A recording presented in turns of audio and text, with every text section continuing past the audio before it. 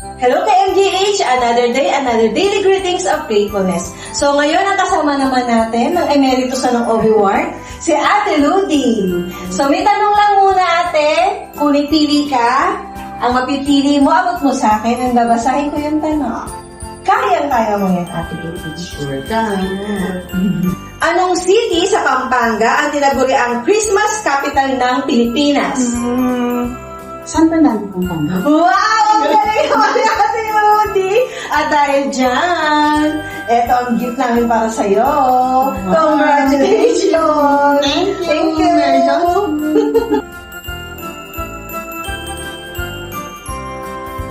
Nag-apply ako sa Mary Johnston year 1993. After ng orientation, hindi naman ako na-absorb. Hindi ko masabing okay lang, sayang. Kasi okay lang, kasi nga naratay ang tatay ko ng almost 1 month. So inisip ko, hindi na ako makakapasok ng Mary Johnston dahil mag-aalaga ako ng tatay ko.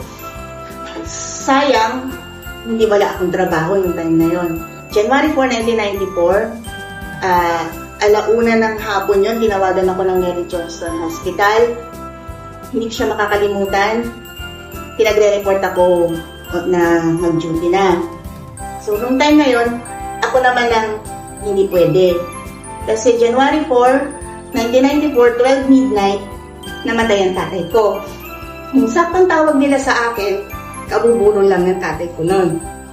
So, akala ko nakalimutan ako ng Mary Johnston. Isip ko talagang hindi na ako makakapasok ng Mary Johnston yung time na yun.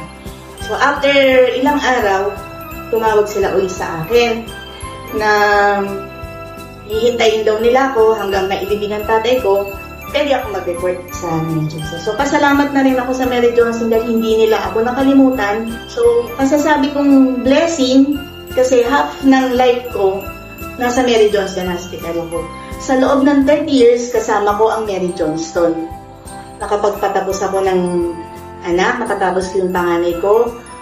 Nung mga unang taon ko sa Mary Johnston, sa nursery ako na-assign. May nursery pa noon. Nagkaroon na ng breastfeeding rooming in. Inilabas kaming mga NA sa ward. Nagkahiwalay-hiwalay kami. Yung mga una kong naging close. Na meron napunta sa surgery, may napunta sa annex, may napunta sa CSR. So, lahat naman ng area nagkaroon ako ng mga friends kasi nung time na yon, lagi kami napupull out. So, marami ako naging friends, maraming dumating, may mga umalis, may mga bago na namang dumating. Masaya magtrabaho sa Mary Johnston Hospital. Masabi ko lang, mawawala ako sa Mary Johnston Hospital, pero ang Mary Johnston Hospital nakatayo pa din. At sa mga susunod na taon, meron na namang panibagong kortesa na mag-a-apply dito sa Mary Johnston Hospital. Ang hindi ko makakalimutan sa Mary Johnston, yung mga tulong sa akin, sa mother ko, mga doktor, mga nurses, mga supervisors, na kahit papano na-appreciate nila yung trabaho ko, nagkaroon din ako ng mga awards, malaking blessing sa akin yon. Yung mga catering, maraming sumuporta sa akin, maraming nagustuhan yung mga serbisyo namin. Ang isa pang hindi ko makakalimutan sa loob ng 30 years kong pagtatrabaho sa Mary Johnston, yung mga dati kong baby na pinaliliguan noon, ay may baby na rin ngayon, na yun na rin pa rin ang pinaliliguan ko. Ganun ka-loyal ang mga pasyente natin sa Mary Johnston Hospital. Ganun nila kamahal ang Mary Johnston Hospital at ganun sila katiwala sa atin. Happy 118th anniversary Mary Johnston Hospital. Ang wish ko na sana ang Mary Johnston ay tumayo pa rin ng mahabang panahon na maging matatag pa, maraming matulungan.